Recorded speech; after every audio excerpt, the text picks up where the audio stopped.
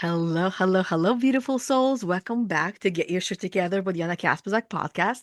And today you're tuning in to yet another incredible episode of our special series, Your Journey of Becoming, where real women share the messy, the unfiltered middle part of becoming who they're meant to be.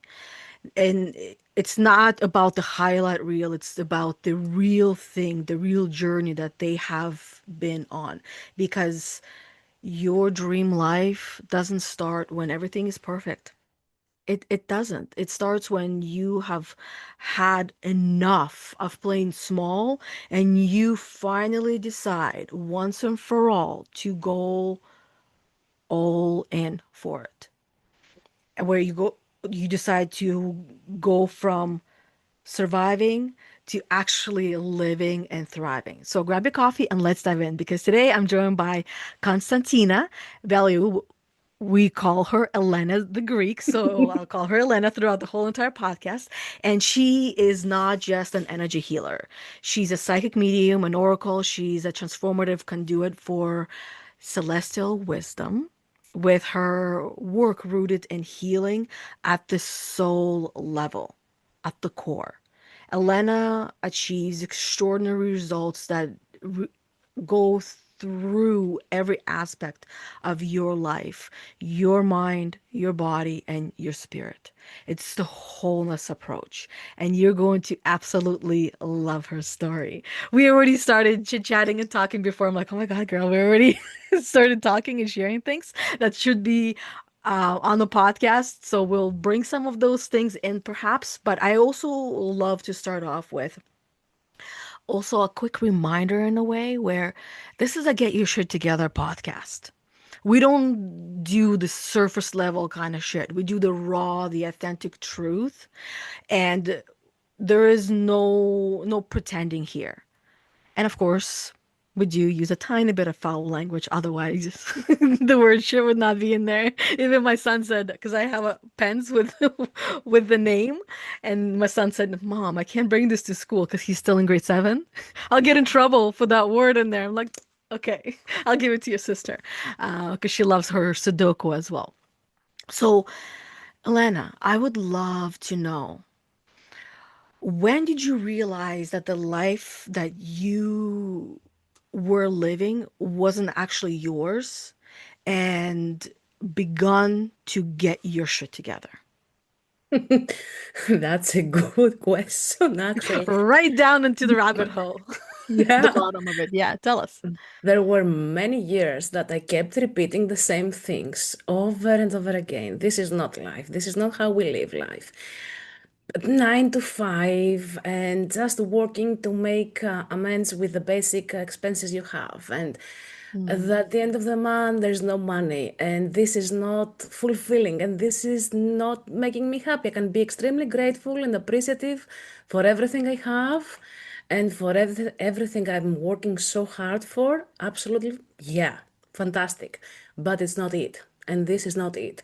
And before that, I was repeating again phrases that this is not life. This is not just life. Having to work, having to create a family, having to do this, to go vacation time, and let's repeat the same things over and over again. This is not life. There's something off here.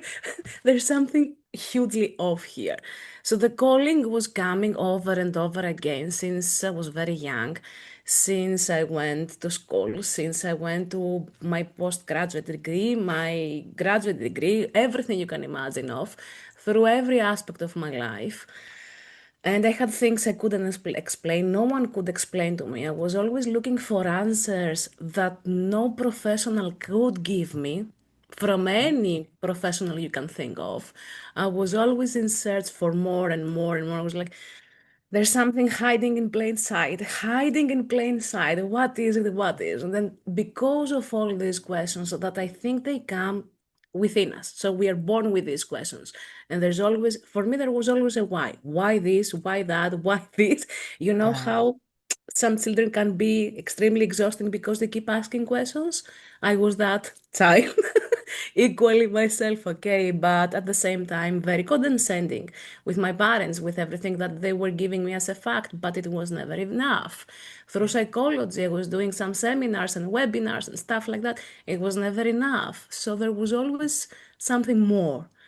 And there were many breaking points, and this is not an answer. When you go to a doctor to find an answer and there's no answer, you know there's something more, that the answer is somewhere, but you don't know where it is. You can Yeah, you see. have to dig. You have to dig and you have to open up to more resources. You have to open up to things that are not accessible to you at this point of Yeah. time.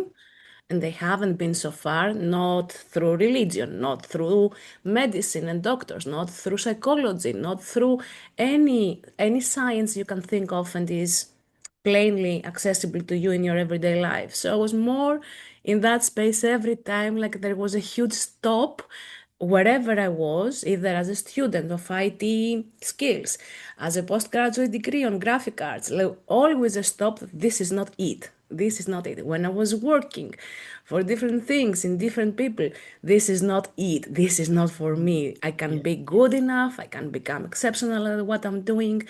I can love what I'm doing. I can be grateful. Yes, yes, yes, but something felt off always. But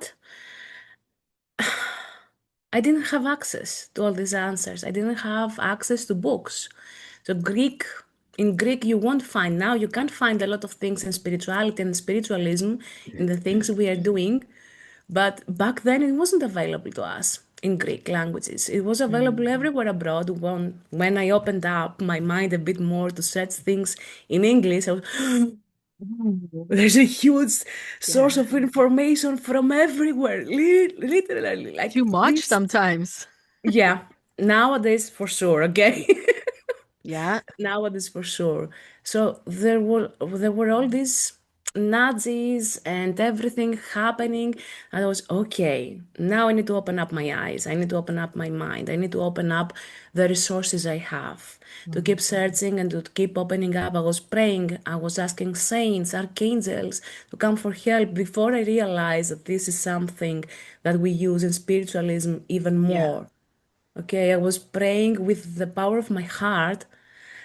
I was always praying, but I didn't know that this is how I do it, if it makes sense. I wasn't praying in the sense of I will take the prayer and I will read it, or I will learn it by heart and I will keep Mhm. reciting it over and over again.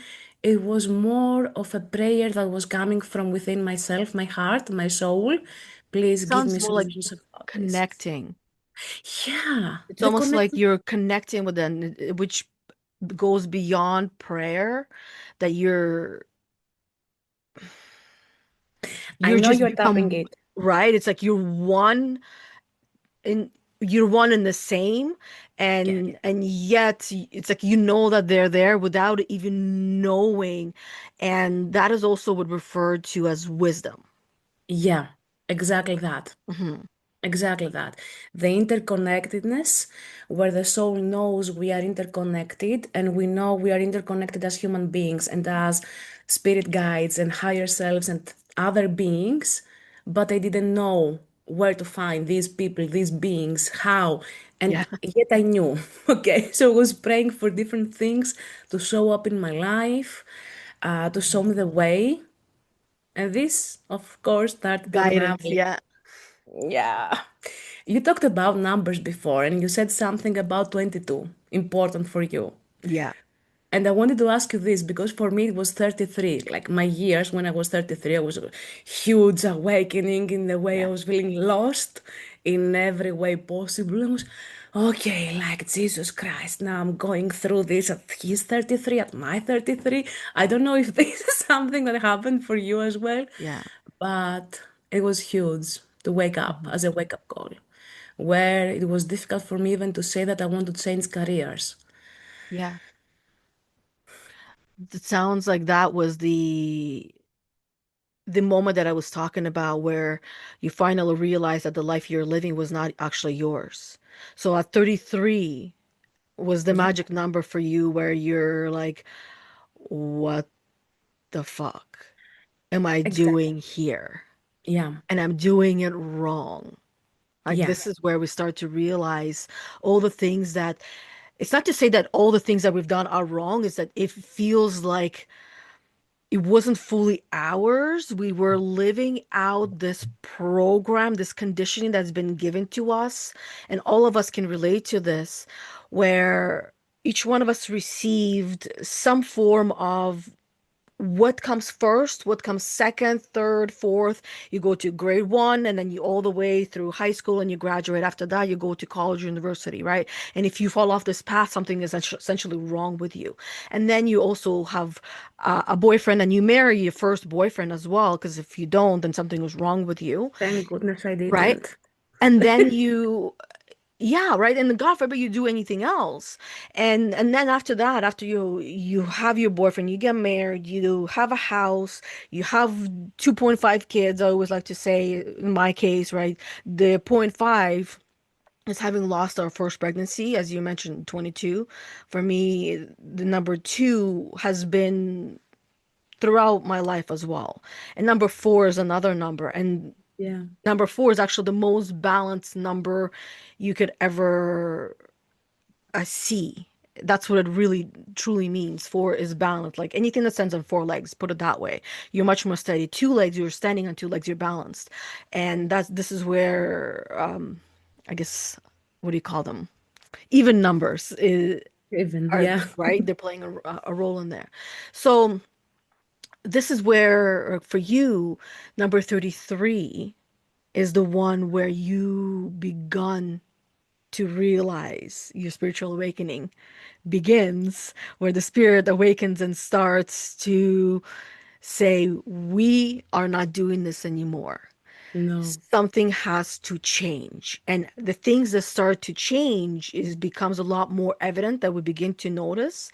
And that is the previous versions of us, they must die, right? In one way or another. So this woman can be born and reborn. So this woman can live. And Yeah. for you, there's been many of those versions. But which one stands out the most that that version of you had to die so this version of you can live and flourish?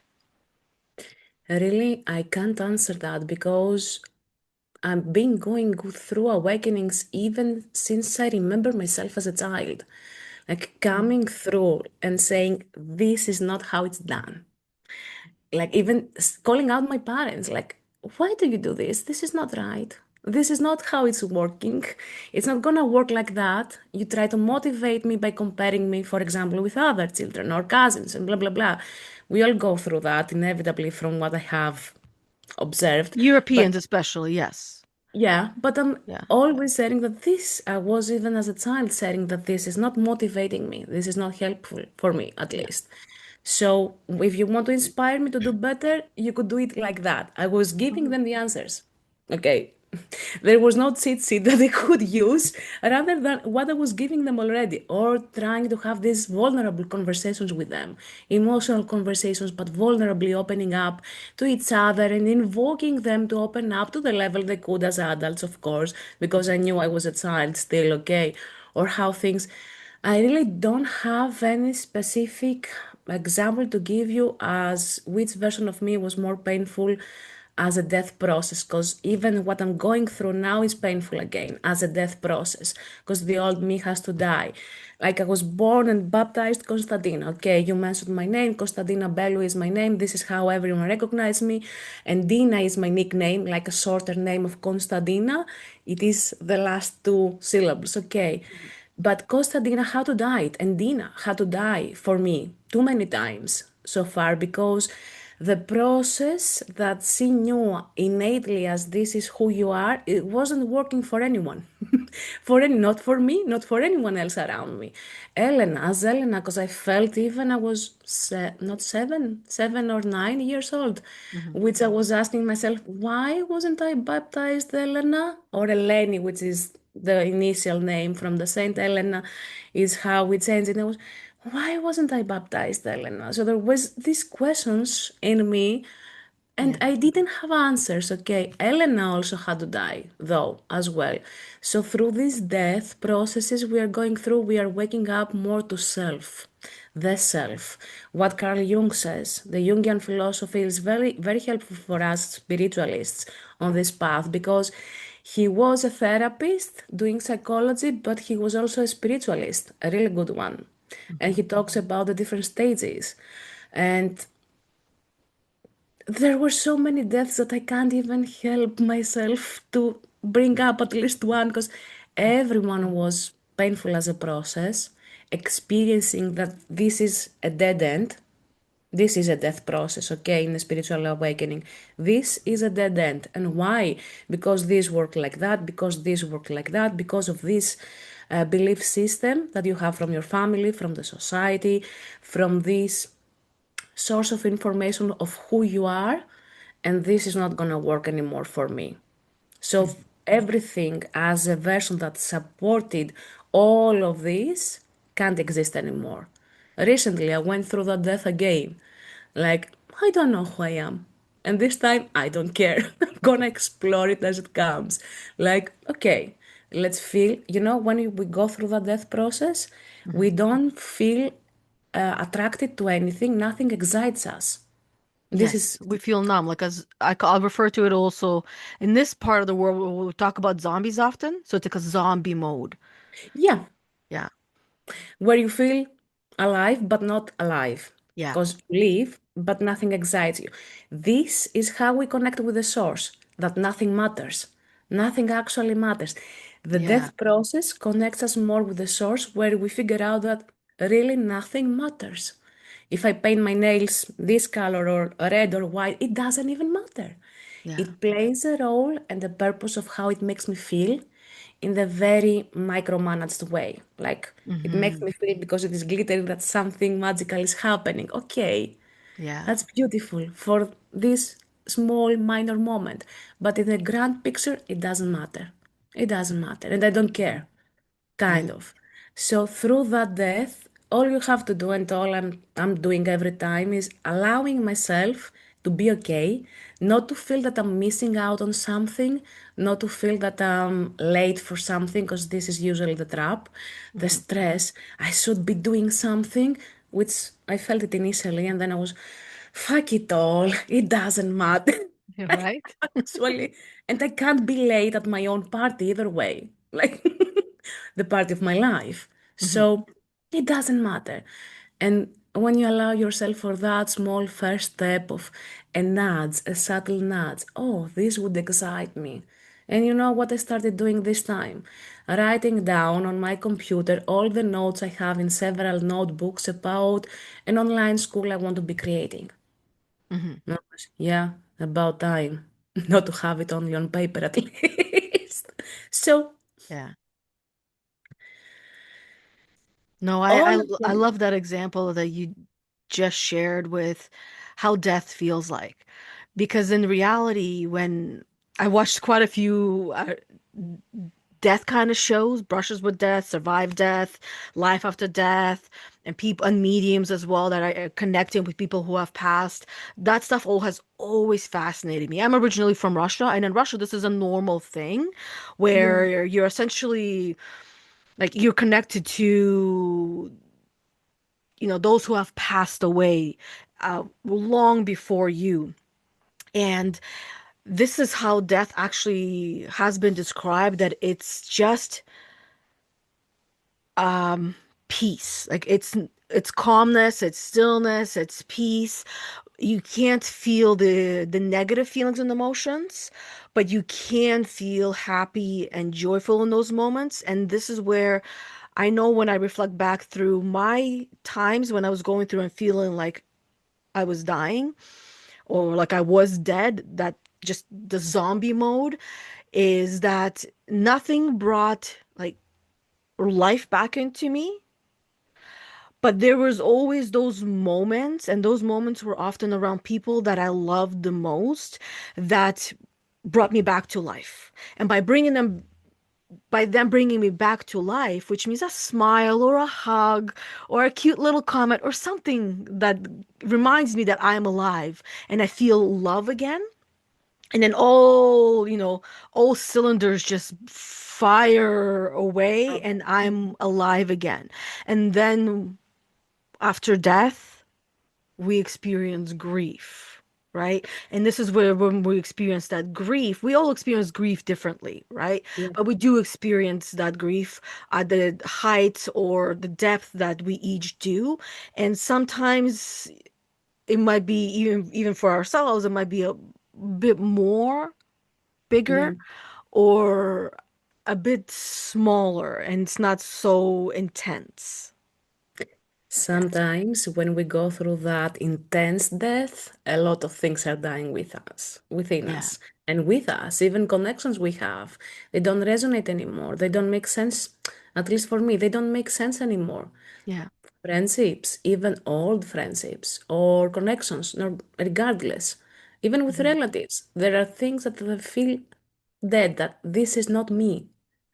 The things I used to love, or the things, the way I used to want to connect and belong.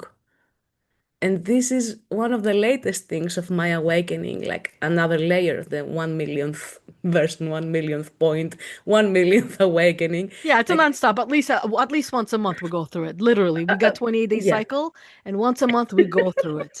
Guaranteed. literally, yes. Yes. So that's how many weeks sorry, how many months in a year? That's at least 12 months minimum.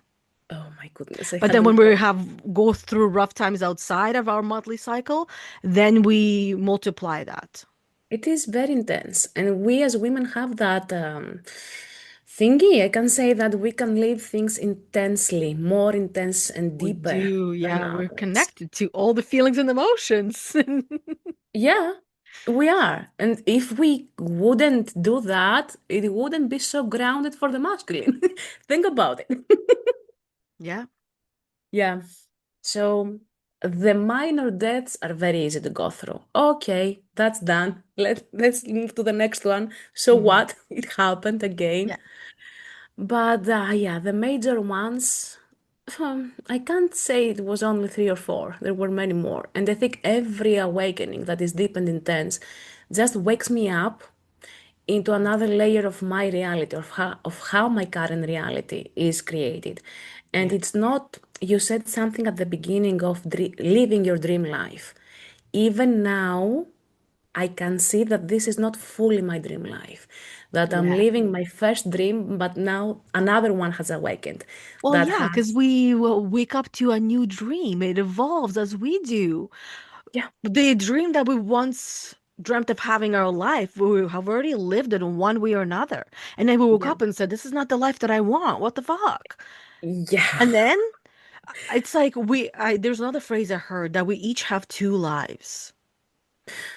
When the life that you live, and then the second life is when you realize that you only have one life to live. yeah. So when you realize that you only have one life to live, that's when you really go to town and you figure out how you actually want to live it. I also put in the phrase of getting your shit together. L- Getting your shit together, because if you don't, no one else will do for you.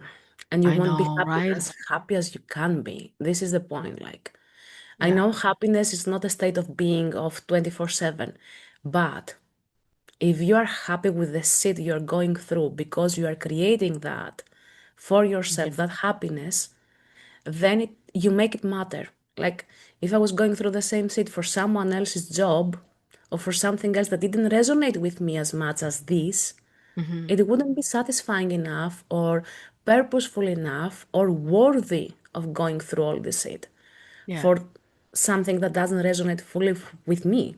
I can be grateful, appreciative for everything life has given me so far, for all the opportunities, for all the people I've met, for all the people I connected even for 5 minutes or 1 second or a lifetime, and I am, but I also want better and more.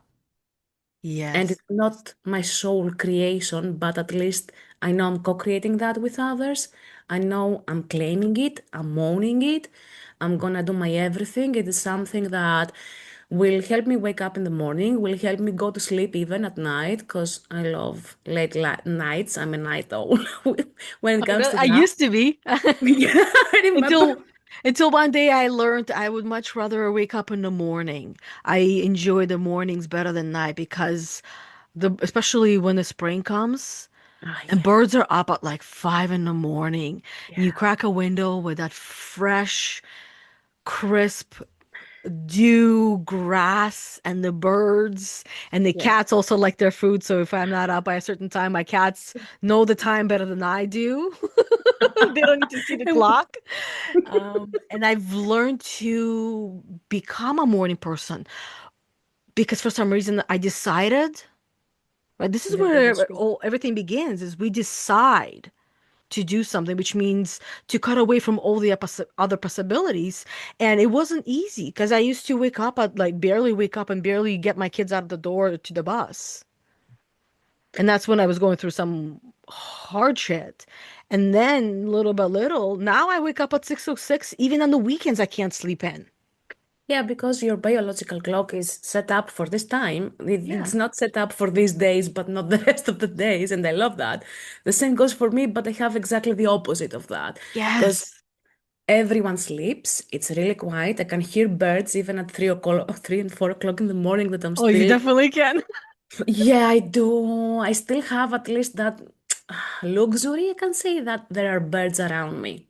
Okay, Mhm. apart from chickens from the neighbor and Roosters are probably up roosters. early. Oh, yes, 24/7. And especially if I'm recording a course and meditations, the rooster will always be at the recording of the meditation because they just have to Ye- be there. Well, then, you know what? Soundproofing a room or a space will make all the difference. And literally, it's just foam on the walls. I I will entertain that because lately Like, everything has I can become. share some things with you later on I would because, love that. Yeah. yeah, But it makes all still, the difference. I love the windows open. I love the fresh air. This is my problem. And you can't escape the noise from the So neighborhood. then the people that are meant to be for you will love all of that as well because I didn't grow up with roosters all the time, but I when I did spend time at my grandmother's place, they had roosters and chickens and ducks and dogs and everything. Nothing was allowed inside, no animals, Yeah. and cats and everything. And I remember roosters like really early, and like you say, throughout the day they're like nonstop. Yeah. And I Nonstop. remember that, and it's very nostalgic. Is it? It's very nostalgic, and guarantee there are people that didn't even grow up in those areas, but to them, yeah, just of course, to some people it would be triggering. They're not for Yeah. you. Yeah. Those would be the people that they, even though they never experienced it, they would feel some kind of pull or connection to those sounds just in the background. That might be makes me think of like the gong when you hit the gong in the Yeah. middle of like meditation. A rooster might be just like an invitation as the gong. A That's wake up your call. form of a gong where you are. Yeah. This is how I take the wake up call from the rooster. It's like always, wake up. I'm like, I'm hearing you, not Yeah. only me. Even in the middle of meditation, it's a reminder to get back into it because we know the mind will drift and it will go somewhere else, and you're like, oh my God, I was supposed to be following a guided meditation, and I'm not even following the guidance. I'm guiding myself somewhere else, right? Which is something I also like when people can drift away and return back to the meditation because there's healing taking place. We used to Oh, believe yes. Greek ancients about Morpheus, the god of sleep, how he will heal you. And they would Mm, put you into sleep to meet with the god so you can get the healing you need. And I was like, okay, there's a lot of wisdom in that. yeah. And even I remember my guides, let go. I'm supposed to be meditating with you, let go. But I will fall into sleep. Let go of it and fall Yes. into sleep. And I surrender. Okay, whatever you believe is perfect. But there's healing and training happening. When we fall Yes. asleep, when we meditate, when you probably have experienced that as well, where we sleep too much and we need extra hours of sleep and we feel like we are spaced out. Have you Yes. had that? Oh, Yeah. yeah, of course. Yeah. Many times. These are periods of great training and of where we offer the most help and support in other souls without being aware of it. And I'm like, Hmm. okay, let's go with it, whatever, Yeah. whatever is needed. And in those moments when we are so tired, I've heard that there was a study done on meditation, and it said 11 minutes of meditation can replace a 2 hour nap. Like you can feel like a 2 hour nap when you It meditate. does. And It does. especially when, as you were like talking about meditation, when you go into that sleep state, there's that sweet spot right in between the sleep and awake, and that is where we're meant to be letting go into. And whenever we hear that let go, I know for me it was just a reminder, stop trying to control everything. And that's the Yeah. human part of all of us. We all want, because we all want perfection, but none of us are really taught to understand that perfection is an illusion. It is something, it's an illusion, and in many ways, it is a fantasy because we each fantasize about what perfection looks and means like to us in this part of our life. And so we continue to reach towards that perfection, and it, just like the dream life, continues to, in many ways, like move away from us, move further away, that we'll never actually catch it because we realize that we never were supposed to be chasing it. It was always here. We just needed to remember to stop That is, looking, stop using our eyes to see, and just be. And yeah. meditation allows for that space. And I will take you one step back. Who created in our minds that illusion of perfectionism or the idea of what is perfect? It is not created by our true selves, for sure. It is Hmm. created by the rules we think that this is how it starts, continues, and ends. So Yeah. this is not even a definition of perfectionism because it is created by a Yeah. fake belief that isn't actually true. I want to Hmm. go back to something you said before, and it is a key concept for everything. You talked about a decision. The moment you made a decision Hmm. that this is what I want from now on. This is the key concept of everything. Unbecoming, becoming, however you want to say, the life of your dreams, the life that makes your heart sing. It's a Yes. decision. Yes. It's a decision to be laser focused, to change habits, or to open up to different sources of information that will enhance who you are and show you the tools of becoming who you truly are, who you came here to be, regardless of past life unfulfilled wishes and desires beyond what you were raised to be through your dysfunctional family. As my family was dysfunctional, as every family is dysfunctional, okay? Beyond all these limitations, to explore yourself. And I didn't realize I was laser focused because this was a decision of mine done in a way that this is what matters. This is where my focus will be. I don't care about anything else. I Mm. realized it later on after I had made the decision. So if it is a calling that you want to follow something and you worry, will I be good at it? Am I enough for it?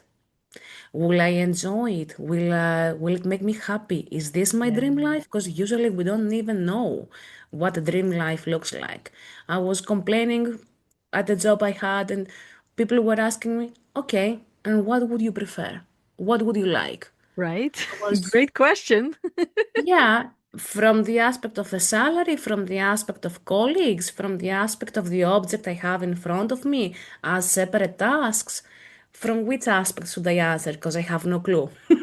Definitely, I'm not happy with my salary. Definitely, I'm not happy with my colleagues. Definitely, I'm not happy with what I'm doing. I can't be happy enough because I studied this. I can't be grateful enough for all the things I have because with my colleagues I connect at least. Okay, we have a basic good communication, a Hmm. basic respect most of the times at least that I receive because I believe that I give it either way. But it doesn't seem enough, and I don't know because I haven't experienced it. Because Hmm. usually this is the trick part for everyone.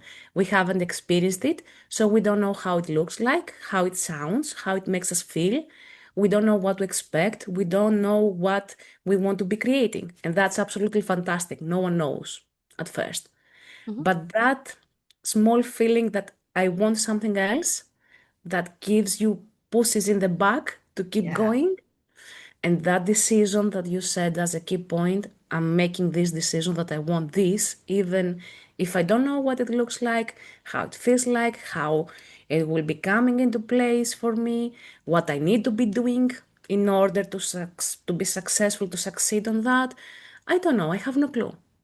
I have a degree on information technology, a postgraduate degree on graphic arts and multimedia. Okay, but how do I get to where I want to be? As an energy healer, as do I have no clue which are my spiritual gifts and my abilities, what I can bring on the table. This is where I started, literally. Yeah. Like, no clue for anything. Okay, Nobody, books, but none of online us know. courses. Yeah, books, online courses, online communities, everything I can do, there's always a solution. I just need to Mhm. open up myself to figure out the solution that is already out there for me. The Yeah. decision again, back to that. Hmm. And Yana, this is it, like the decision. That's all it is. Yeah. It really truly is the decision. Everything starts with a decision. The decision to say I do or decision to say I don't. I don't know if you watch Love is Blind.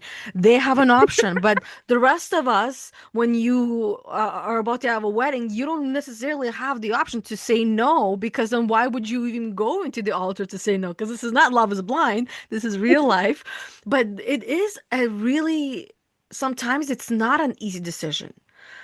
But the best decisions, the way I would describe that they came to and why I stuck to them is when we can all think back to when we were a child and we were genuinely really curious and fascinated about something. And when you think back, it instantly would come to mind what it is. For me, it was running free and wild and taking care of all the stray cats and dogs I could possibly find. It was finding them. It was finding cats and dogs in different places and bringing them to my own place, which was not my house. It was just under a little store. I found a hole. I was taking care of them. And to me, that was my fascination. Doesn't mean I'm doing something with it now. No. But it's an example of what my childlike curiosity led me to and how that curiosity that I experienced as a child still adds value to my everyday life. A perfect Yeah. example, we just came back from the cottage and one of my cats, the one that just lost his leg in February, so he's learned to be really good on three legs to a point where he snuck out of the cottage. And he's a big cat. He's a Maine Coon. He snuck out of the cottage and was hiding underneath our ATV, underneath the cottage, on top of the leaves. And we were calling him. He wouldn't even move, nothing. If I didn't have that experience or that curiosity that I followed when I was a child, I wouldn't know where to look for my cat, right? Yep. And the reason why I'm saying that is that throughout our life, we follow all of our curiosities. And the ones that we love and enjoy the most are the ones that feel like childlike curiosities that lead to a decision to follow the curiosity or not. And as an adult, often we shy away from following the childlike curiosities because, well, now you're a grown up. You got to be an adult and you can't be doing these things. But when we do, not only find peace and joy and happiness, we really truly find ourselves. And it does start with a decision to do it. And for me, that started with being curious about it. Like, can I? Can I do it? Can I not? And then we discover that, yes, I can. And I can even do bigger and better than that. But throughout all of our lives, now I want to ask you another question, as I love to ask certain questions during this podcast. Fantastic. Why And not? then, um, because it takes everyone on a journey to get to know you in ways that you might not even have thought of before. And Yep. I always love thought-provoking questions that get everyone to be like, oh, let me think about that for a second. And throughout our life, we go through these realizations that we will live through, essentially realizing that we live a lie in one way or another. So for you, what was that biggest lie that you were living with that felt normal to you until it broke you? And often it has even to do with the conditioning that we received, and we realize that's the biggest lie that we're living with that feels normal to us until it breaks us. I can think of the recent one, that the recent that came through the awakening. How much I am connected, and each one of us is connected to the family's Wi-Fi. That is a Ooh, I terminology, love that. yeah, used by a therapist I was watching the other day, Jerry Wise from America, but I don't know where exactly.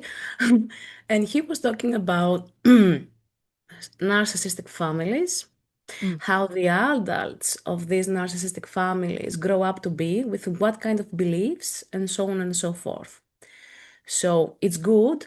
I'm not saying that one of my parents or either were or both were narcissists, because I don't think they were. But there were some traits they had from this category of beingness, if I can say yeah. that, Mhm. that made me realize that this was my whole life. I was dumb. Mm. Have you ever felt that feeling that you don't occupy your full body?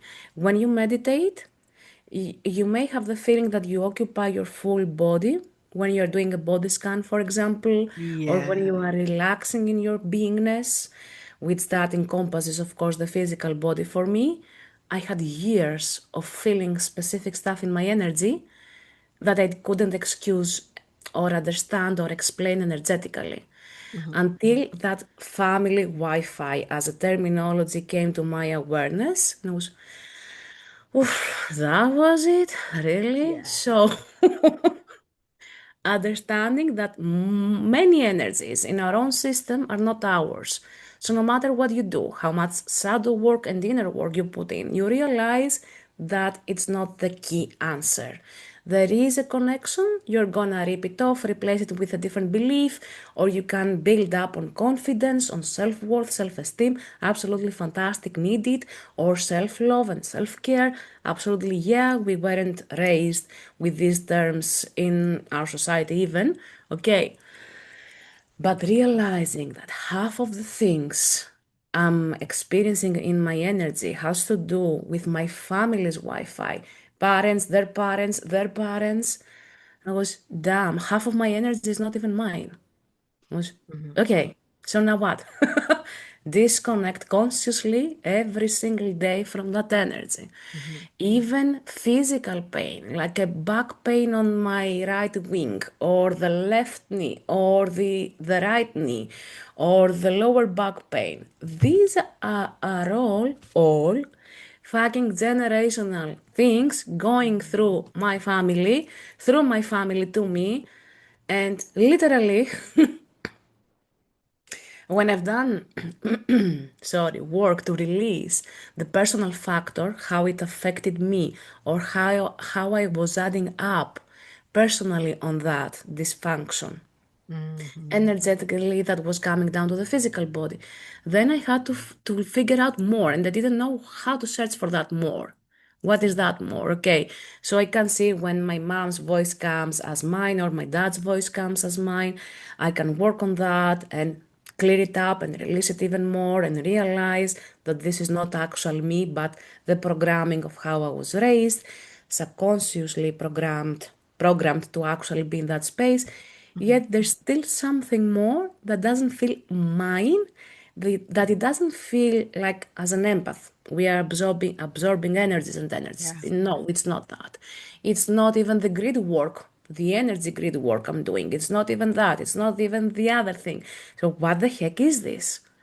And this is my hugest recent, at least, realization, where I realized that that subtle doubt that exists within me.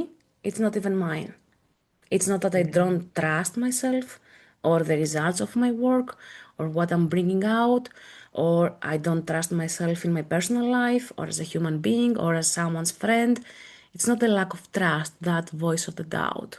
Or the stress. That guy was talking about the stress that runs through the family bloodline and the family's Wi Fi or super soul, as he called it. He used spiritualist terms for that, and I was, oh, I like this. It makes sense to my brain at least, or to my Yeah. perception. So half of my energy is not even mine. Right. Okay, this is why my shoulders have broadened through the years because I took on a lot of things as a Yeah. woman in my family that I have to take care of everyone in the family and this and that and that. And oh, now it makes Yeah. sense. Now I realize why I'm not occupying my whole body. At least I don't feel I do. My essence, my core essence, okay, it doesn't occupy my whole body.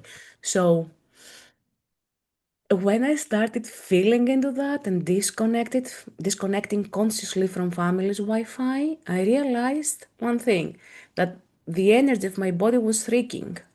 I was, okay, now it makes me feel more me, more aligned, more authentically expressed in this life, in this body. I was, damn, that voice of the doubt, that voice of stress, that feeling of there's more into this body that is not mine, and I'm not supposed to be carrying it.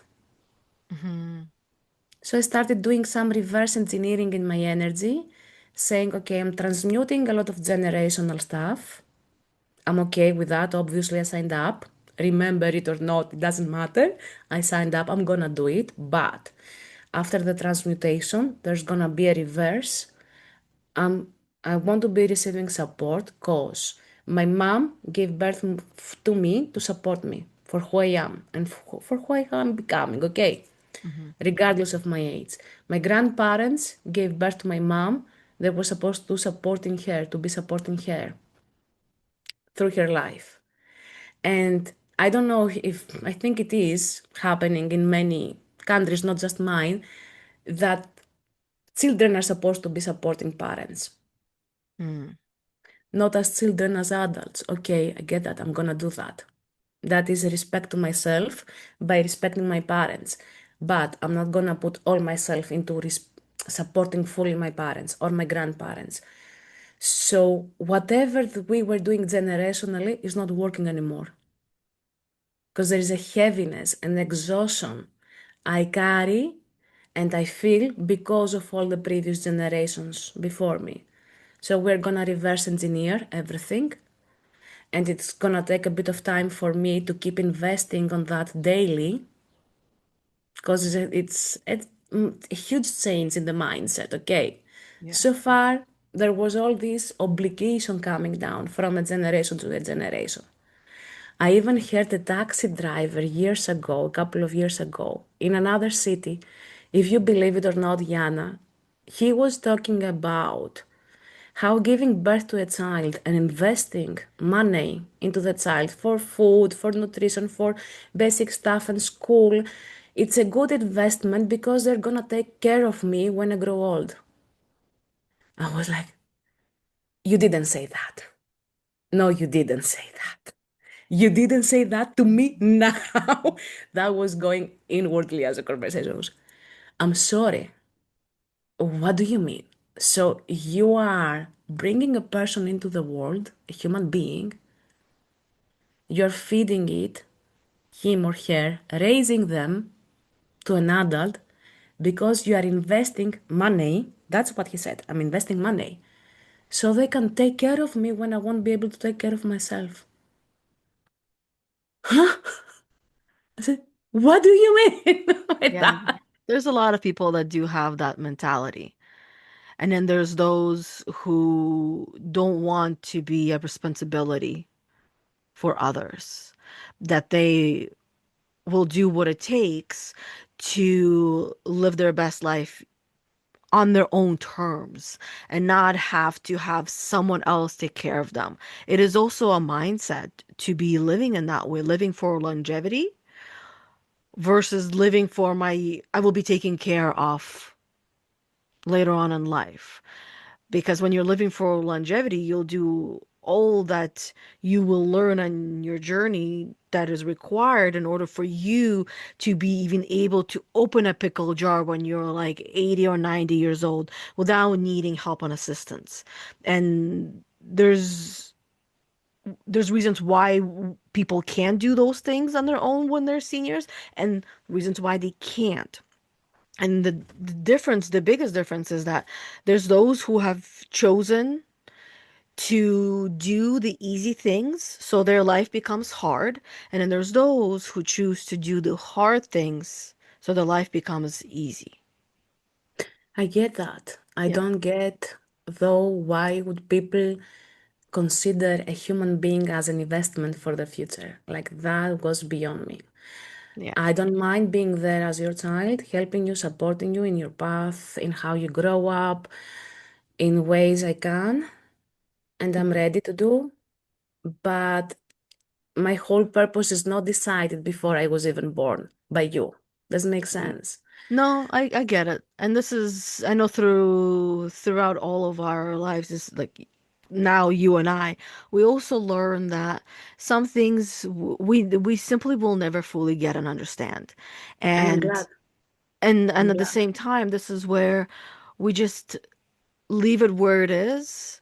And as you were talking about, the weight on your shoulders, I know many of us, this is how we also become aware that we're carrying the weight of our shoulders. And it comes through in different ways, but at the core, it's because we want to help someone or something or fix something, maybe even in the world where we truly don't have any control over those. And what Yeah. I've learned is that it's the phrase of circle of influence. And circle of influence simply means that if I am in that circle of influence, then I can do something about it. For you and I, we're in the mental health space, Mm-hmm. right? I feel like it's fair to say that both of us are in that mental health space, and that's Yeah. our circle of influence. And I remember, especially during lockdowns, there was a lot of things, a lot of triggers coming up, and I,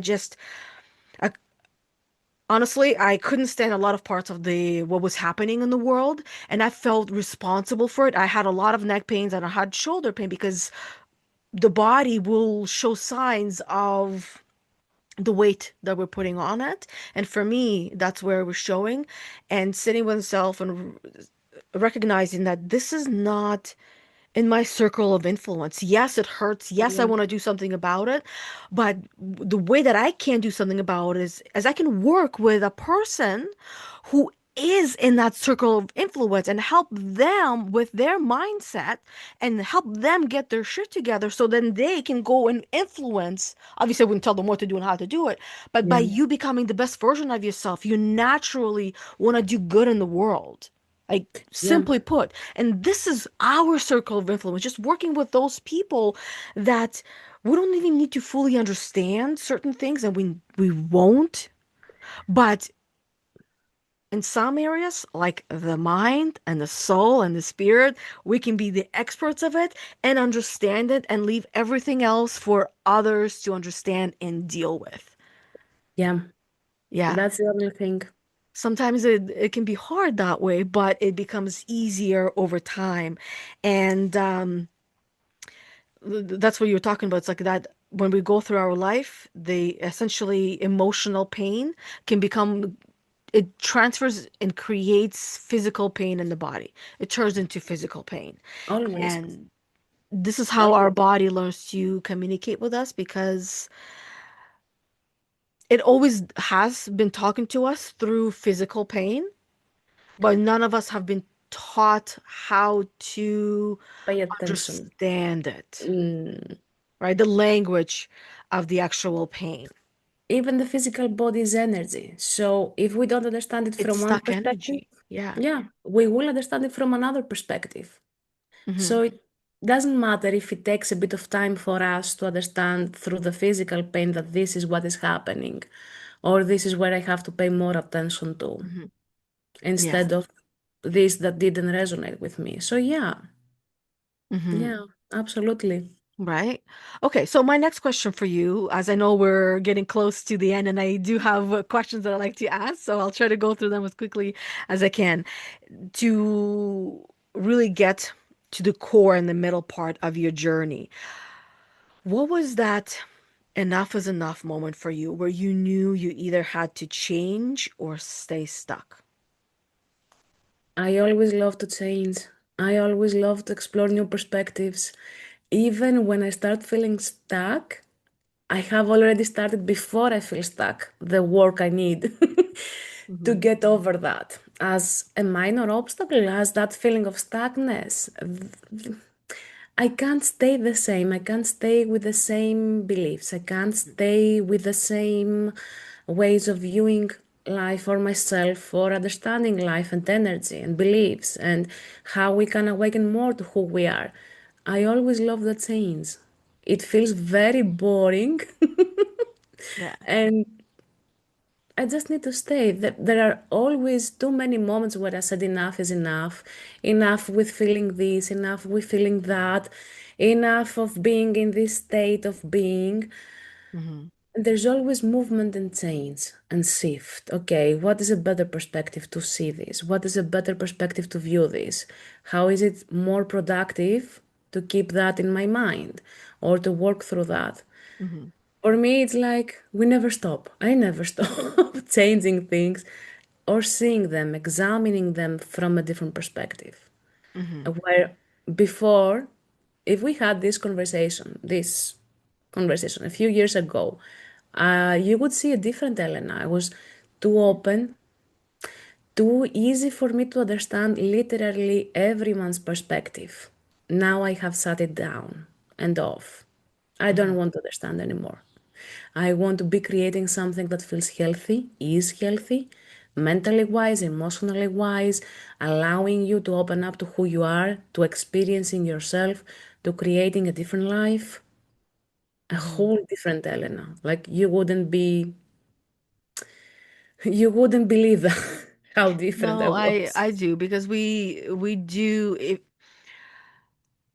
the 28-day cycle that we're talking about is so if we go through the 28-day cycle and we are literally meet a new version of ourselves each and every month at the bare minimum, that's 12 times a year, that it would make total sense that after these 12 changes that you went through, you are not the same Elena. And a year Mm. from now, you definitely won't be the same Elena. You'll be 12 Elenas Different. away, right? 12 But Elenas apart, evolved. even tomorrow, I'm not gonna be the same. Yeah, This is the thing, like, exactly. Even 365 days a year on top of that. exactly. So on this journey called life, what did you lose that you didn't expect to grieve? That's a tough one. A lot of things I didn't expect to grieve. I've grieved everything, even every version of myself Hmm. that I have to change, rearrange myself about how I feel, about people, about things, about everything. I'm collapsing and rebuilding. I didn't expect to grieve all of these things. I do, Hmm. though. I do. And every time something is changing, I grieve even that. I didn't. There's not one thing I can say that. I didn't expect to grieve that. I grieve everything.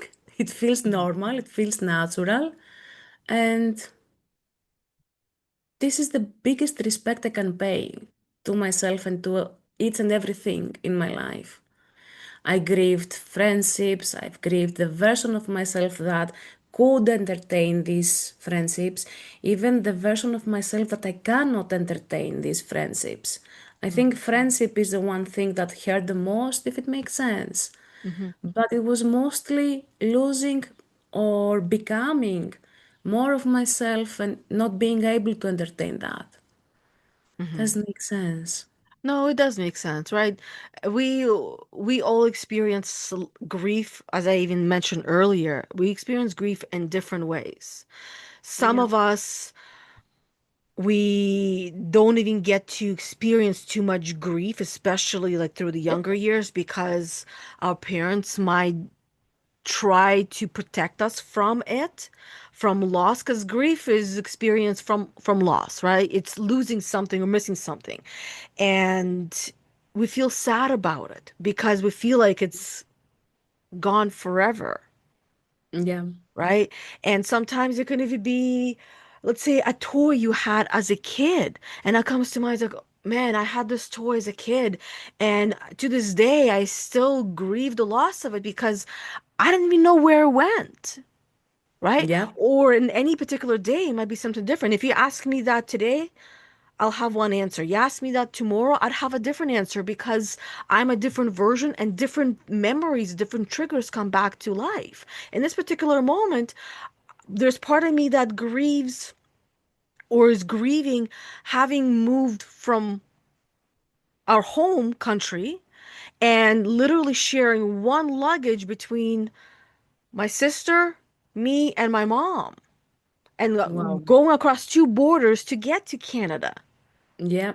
Right. So, like, literally leaving everything and everyone behind and only having either, I can't remember if it was an hour or 2 hours, but literally very little time to say goodbye to all of my friends before we Yeah. left the country, that they would never see me again. And I've never seen them since.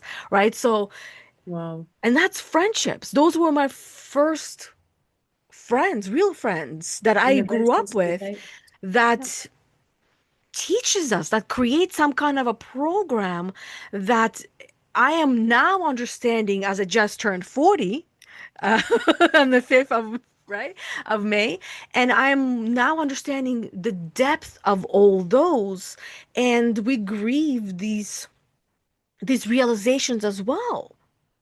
Yeah. I am grieving the loss of that Yana, 13-year-old Yana, that left one country, flew over to another country, crossed one border, drove through a whole country, crossed another border, only to see her father being half the size that he was before he left.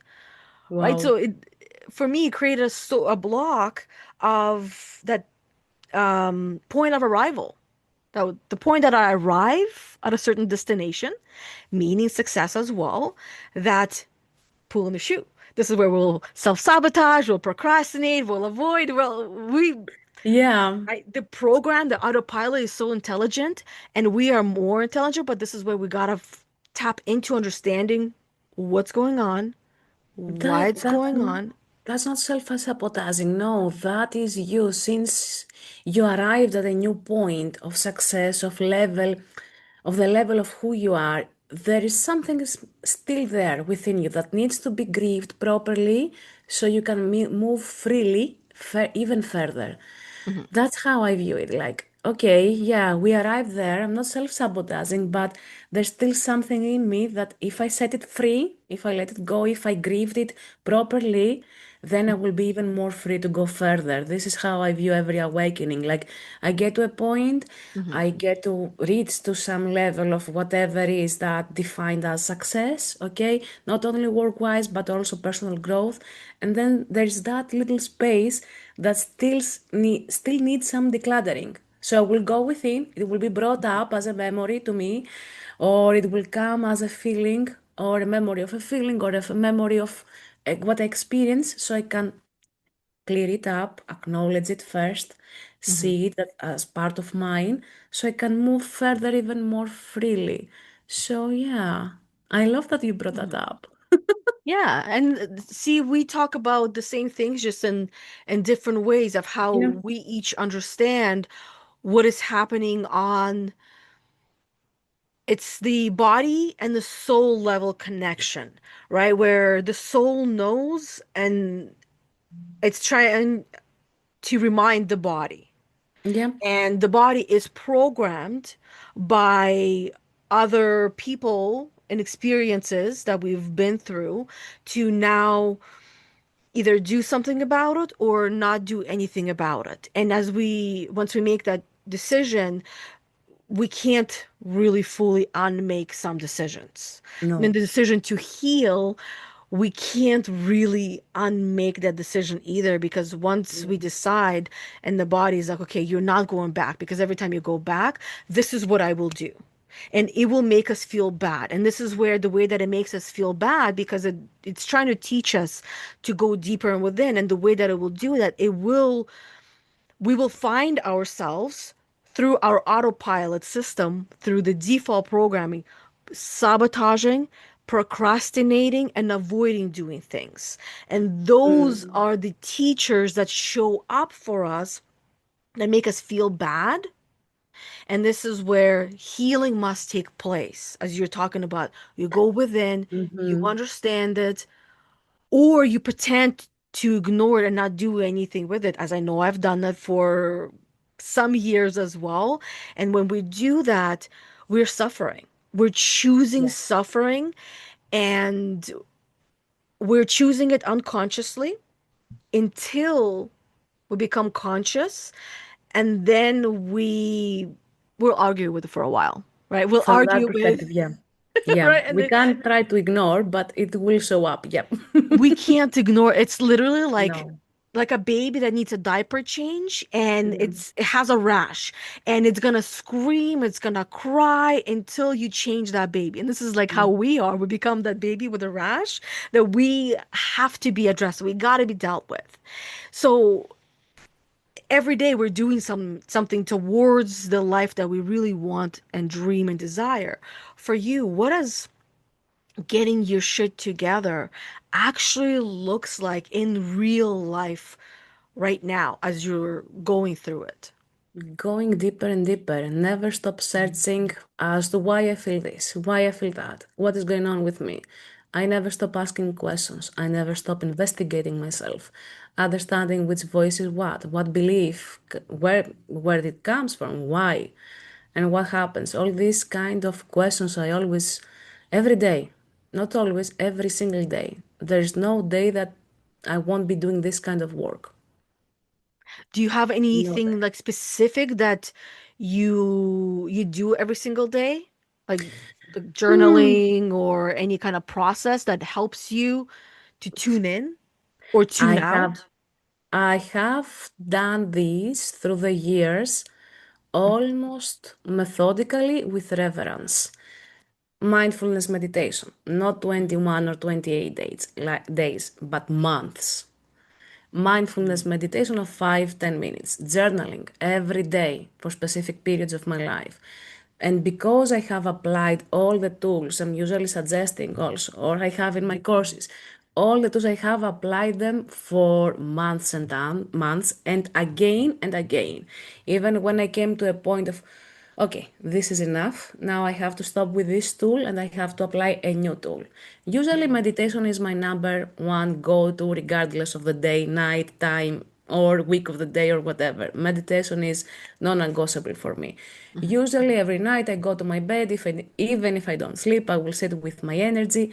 I will do a normal cleansing of my energy and I will start pulling myself back in again, recentering, rebalancing, and asking questions. What happened through the day? What could I have done better or differently?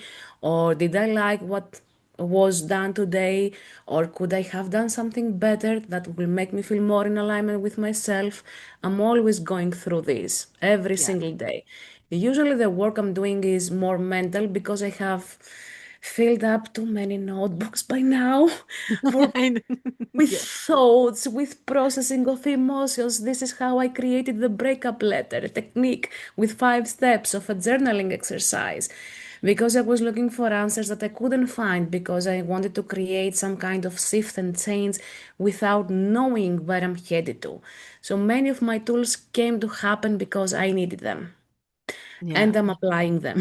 I haven't stopped. But yeah, I keep filling up my notebooks. I keep doing meditation. I keep opening up my energy for some clearance of that level, regrounding myself into my body, not necessarily to the earth, but grounding my full sense. essence and sense in my body because most of us are disconnected with our bodies, okay? These are like a normal day for me, an everyday thing Mhm. to do. Even when I'm relaxing, before I will sit with myself to relax, I will be like 5 minutes of breath in and out. Wim Hof. I love Yeah. Oh yeah, Wim he's Hof awesome. and the breathing exercise he does. I Mhm. love chanting. And even if I don't invest specific time on chanting, I will be opening up YouTube, finding a couple of songs where I know the lyrics, or I will be opening up the lyrics. I will be singing because the the sound, the voice, they create specific vibration. The feelings getting out through that song create a specific vibration that is regrounding and healing. Does Mhm. this cover? I think. No, that's perfect, right? It gives an overview essentially of what you've done, what you do, what And I works, keep what doing. doesn't, and gives ideas for everybody else what they can do as well. And with sound, 100% agree with you. Like singing or even just simply humming can Humming. help us. There's a reason why I know this advice might be healthy for some people, but I would also argue with this advice. It just there's a healthier way of dealing with it. But I know the advice is screaming into the pillow, right? So, Yep. I mean, great advice in the sense of it just means release the voice and vi allow your own vibrations to help you heal. So instead of screaming, it's meant to be just humming, like hum. And the humming itself calms the nervous system down. But screaming, it causes us to lose our voice. Yeah. It doesn't mean that if you need to do that, if something needs to come out of your chest, I have cried Of without even a course, yeah. sound. Without a sound, like a huge coming out from my heart, from my soul, and that was a Yeah. relief. Anything we need.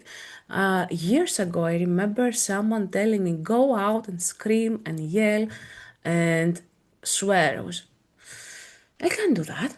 Yeah, you can. I was, no, I can't. I haven't done it since then because it doesn't resonate with me. Exactly. That's a great word, resonate.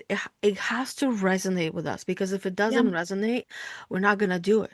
Just like you were talking about journaling. Journaling resonated with me. Now, once in the blue moon, it does. Yep. Right? Because it's like a tool, it's a medicine that, Yep. like you said, you're not necessarily using the same thing all the time. Meditation, yes, but everything else kind of changes based on what feels right now. It's like if you have different colors of the outfit in your closet, you're not going to wear the same color every single day. You're going to change it Yep. up because today you're feeling red, tomorrow maybe purple, day after red and purple. Yep. Like mix that shit up and have fun. And I know Yep. there's many women listening right now, and I want you to talk to that woman right now who's feeling stuck in that dreaming, doubting, and overthinking phase. What would you say to her that might finally get her to move that she is not ready to hear? Just be yourself.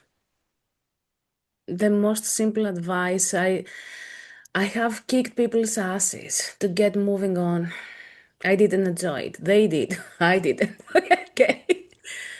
I've used many different ways and techniques for people to find that spark within them and listen to that. It doesn't matter. Just be yourself. Just do yourself. I know how that sounds in English, but Yeah. just do it. Just be yourself. Yeah. And usually there is a lot of doubt, a lot of noise. How I call it, it's noise. The doubt, the fear, this, what others will say, will they accept me? Believe me, I am a Christian Orthodox, I'm doing tarot, okay? I'm talking to dead people. And all we do in Greece is go and light a little candle for someone and read the prayer or call a priest to read the prayer for the dead ones. That's all we do usually. And that's great for their honor and their memory, okay? But I speak to my dad who's dead. I speak to my uncle who's dead, to my Mhm. nana. Go and just be yourself regardless. The most simple advice, it's not ass kicking, it's not complicated, it's not something, wow, yes. Whenever I find a difficulty, even getting out of my comfort zone for anything, literally for anything, you would say it becomes easier. Yeah, it does, but there's still that feeling of this is out of my comfort zone, and that's Right. very fantastic to have because it is just a reminder that I'm doing something new and exciting. So, whenever you are overthinking, over doubting, putting yourself down, gaslighting yourself, remind this to yourself. Just be yourself. Mm-hmm. Just be yourself. Yeah. That's all it is. And Mm-hmm. someone asked me of some years ago who you want to become from now on. And I was thinking with my guides, I want to be more courageous, more confident, more aware of what I can do. And I was saying this is all bullshit because this can exist for a specific period of time and then they will feel outdated and not in full alignment with me. So I will have something new to embrace. So I Mm-hmm. need something that will keep me grounded in my own beingness in an expansive way. And what I came up with of who I want to become from now on was a small mantra: be true to yourself and be your true self. So Mm-hmm. every action, if I am true to myself and if I am my true self, that's all that I need. That's all that I need. That's all that I can use and all I can be. Mm-hmm. That's true.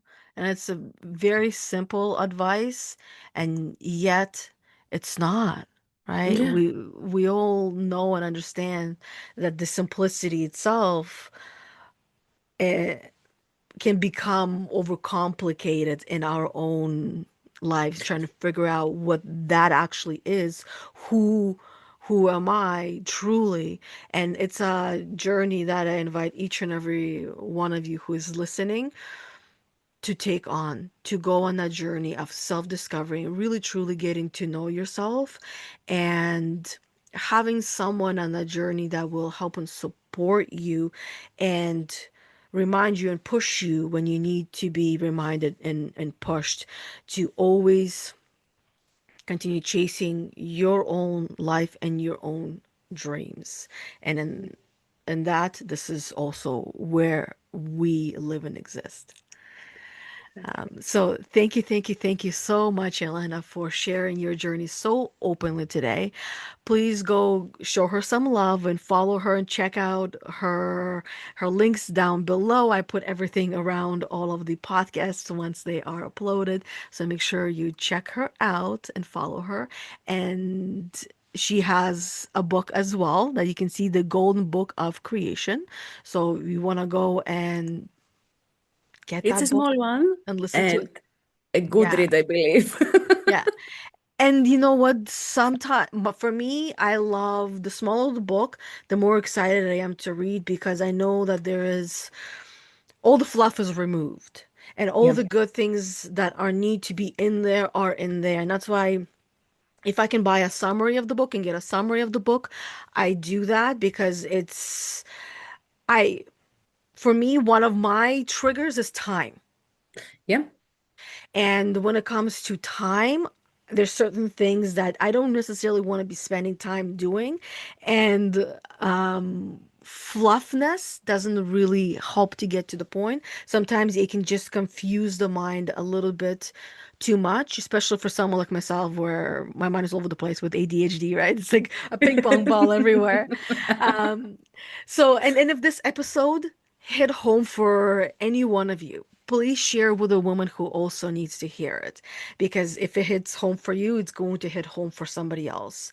And make sure you subscribe to the podcast, the Geisha Together podcast, so you never miss an episode because not all of them are actually live like this one on Facebook. Some of them are pre-recorded and they're only going to be available on the podcast of your choice. And on Facebook, it's only available live for 30 days afterwards. It's poof, it's gone. Gone. So thank you, everybody. Until next time, keep showing up, keep becoming, and sometimes unbecoming so you can become. And a reminder that you are not behind, you are not alone, you're not too old, and you're not too young, and you're right exactly where you need to be, and you're right on time. So thank you, everybody, and until next time, bye. Bye.